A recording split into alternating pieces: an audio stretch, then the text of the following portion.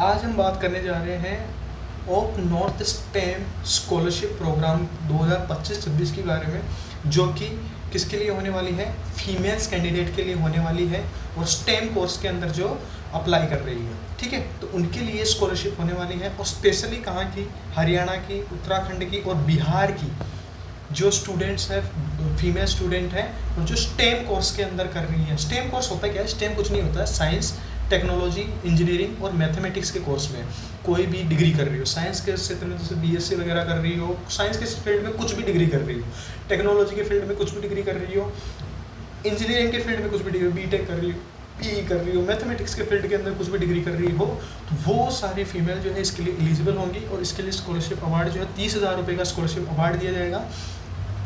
Last date इसकी जो है 30 सितंबर रखी गई है, तो जल्दी से जल्दी इसको अप्लाई करें। 2 दिन आपके पास बाकी है, तो जल्दी से जल्दी इसको अप्लाई करें। तो इस स्कॉलरशिप के अंडर हरियाणा, उत्तराखंड और बिहार की जिन्होंने 12th पास कर ली है और कोई भी डिग्री अंडर ग्रेजुएट डिग्री कर रही है, किस फील्ड के अंदर, किसके अंदर, स्टेम रिलेटेड सब्जेक्ट के अंदर, साइंस रिलेटेड, साइंस का कोई भी अंडर ग्रेजुएट डिग्री हो, बीएससी वगैरह, टेक्नोलॉजी से रिलेटेड कोई भी अंडर ग्रेजुएट डिग्री हो, इंजीनियरिंग से रिलेटेड कोई भी डिग्री हो, मैथमेटिक्स से रिलेटेड कोई भी अगर अंडर ग्रेजुएट डिग्री है और किसी भी ईयर में हो, चाहे सेकेंड ईयर में हो, थर्ड ईयर में हो, 5 साल का कोर्स हो तो 4th ईयर में हो, तो ये सारी जो फीमेल है वो इसके लिए अप्लाई कर सकती है। पर ध्यान रखिए हरियाणा, उत्तराखंड और बिहार की, ठीक है।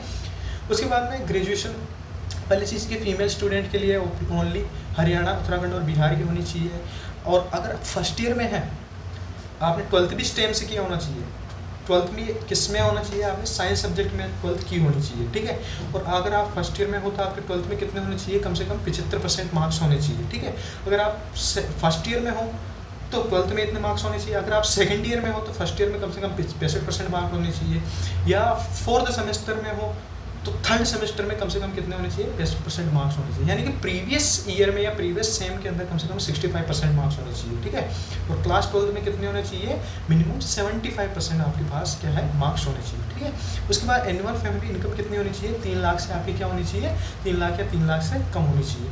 अभी करंट एकेडमिक डिटेल में क्या होनी चाहिए? कोई भी ग्रेजुएशन कोर्स कर रहे हो किसी भी गवर्नमेंट यूनिवर्सिटी या कॉलेज से, गवर्नमेंट यूनिवर्सिटी या कॉलेज से कोई भी ग्रेजुएशन डिग्री कर रहे हो स्टेम रिलेटेड फील्ड में, स्टेम रिलेटेड फील्ड के अंदर और किसी भी ईयर में हो, चाहे first year, second year, third year में हो, तो आप इसके लिए क्या कर सकते हो?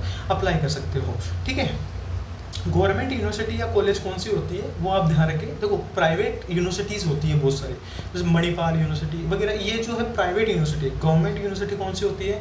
जैसे महर्षि दयानंद सरस्वती यूनिवर्सिटी, राजस्थान विश्वविद्यालय, ये गवर्नमेंट यूनिवर्सिटी है। तो उस गवर्नमेंट यूनिवर्सिटी से आप जो है अपनी डिग्री कर रहे हो तो वो आप उसके लिए एलिजिबल होंगे। जरूरी नहीं है आप यूनिवर्सिटी कर रहे हो, यूनिवर्सिटीज से अफिलिएटेड ये होती है कॉलेजेस, उनसे भी कर रहे हो तो आप इसके लिए एलिजिबल हो, ठीक है। नेशनलिटी क्या है ना, इंडिया से, आप इंडिया की नेशनलिटी आपके पास होनी चाहिए। आपको बेनिफिट कितना मिलेगा? 30,000 रुपये का एक फिक्स्ड अमाउंट मिलेगा। 30,000 रुपये एक बार मिलेंगे आपको, है ना। और इसका यूज़ आप जो है ट्यूशन फीस के लिए, हॉस्टल फीस के लिए, मेस के लिए, बुक्स स्टेशनरीज के लिए इसके यूज़ कर सकते हो। तो एक बार आपको सिंगल अमाउंट ऑफ 30,000 रुपये आपको मिलेगा, ठीक है। उसके बाद स्टेम कोर्स क्या होता है? स्टेम कोर्स के बारे में मैंने बताया था कि साइंस, टेक्नोलॉजी, इंजीनियरिंग, मैथमेटिक्स से रिलेटेड कोई भी अंडर ग्रेजुएट कोर्स हो तो वो ये होता है, इस चीज़ का ध्यान रखें। उसके बाद में क्या है, डॉक्यूमेंट्स कौन से बनाने हैं? सीवी या resume of the applicant. CV और रेज्यूमे किस तरह से बनाते हैं, कैसे बनाते हैं, वो मैं आई बटन के अंदर आपको वीडियो डाल दूंगा, वहाँ से आप देख सकते हो कि इसके लिए सीवी किस तरह से बनाना है आपको। उसके बाद में आपको क्या है, 10th की मार्कशीट की कॉपी, 12th की मार्कशीट और प्रीवियस सेमेस्टर की आपको जो है मार्कशीट अपलोड करनी पड़ेगी। उसके बाद में आधार कार्ड की आपको कॉपी अपलोड करनी पड़ेगी। इनकम प्रूफ के लिए आप क्या कर सकते हो, अगर सैलराइज्ड पर्सन हो तो फॉर्म नंबर 16 सैलरी स्लिप या ITR रिटर्न कर सकते हो। उसके अलावा अगर आप फार्मर इन बैकग्राउंड से करते हो तो वहाँ आप क्या कर सकते हो, कुछ भी गवर्नमेंट अथॉरिटी यानी SDM, DM, तहसीलदार, जो सरपंच, ग्राम पंचायत जो भी इनकम सर्टिफिकेट इशू करती है वो आप अपलोड कर सकते हो, ठीक है। अलॉटमेंट लेटर यानी प्रूफ ऑफ एडमिशन आपको करना पड़ेगा, तो उसकी जगह आप अलॉटमेंट लेटर कर सकते हो या एडमिशन लेटर आप जो है अपलोड कर सकते हो। उसके साथ में आप जो है अपना कॉलेज का ID कार्ड और फीस रिसिप्ट भी साथ के साथ अपलोड कर देना, ठीक है, उससे सिंगल PDF बना के। उसके बाद में एक ऐसे लिखना पड़ेगा, why you should be given this scholarship. आपको इस पर एक ऐसे लिखना पड़ेगा, आपको ये बताना पड़ेगा कि आपको ये स्कॉलरशिप क्यों दे। ये आपसे पूछ रहे हैं कि मुझे आपको ये स्कॉलरशिप क्यों दे, तो आपको बताना पड़ेगा कि आप मुझे ये स्कॉलरशिप क्यों दे। तो आपको इस पे एक ऐसे लिखना पड़ेगा कि हाँ मैं जो है इतना मेरी परफॉर्मेंस थी, मैंने 12th में इतना ये किया, 12th में ये किया, उसके बाद मैंने इस फील्ड के अंदर गई और इस फील्ड में मैं अच्छा प्रदर्शन कर रही हूँ, और मेरे फैमिली मेम्बर इतना गरीब है, आर्थिक स्थिति सही नहीं है, मेरी फैमिली के अंदर मैं ही सबसे बड़े हूँ। तो ये सारी चीज़ें आपको मेंशन करके आपको जो है अपलोड करना पड़ेगा, ठीक है। ये ऐसे लिखना पड़ेगा, ठीक है। उसके बाद में लेटर ऑफ रिकमेंडेशन लिखना पड़ेगा आपको कॉलेज और यूनिवर्सिटी से। लेटर ऑफ रिकमेंडेशन क्या होता है, आपको कॉलेज के प्रिंसिपल के पास जाके ये बोलना है कि सर मेरी आर्थिक स्थिति सही नहीं है, तो मैं एक स्कॉलरशिप के लिए अप्लाई कर रही हूँ, तो उसके लिए आप रिकमेंडेशन लेटर लिख दीजिए। रिकमेंडेशन लेटर किस तरह का लिखवाना है, मैं आई बटन के अंदर वीडियो डाल दूंगा, आप वहाँ से देख सकते हो, वहाँ से एक टेम्पलेट डाल दूंगा, वहाँ से आप वीडियो से देख सकते हो कि आपको रिकमेंडेशन लेटर किस तरह का बनवाना है, ठीक है।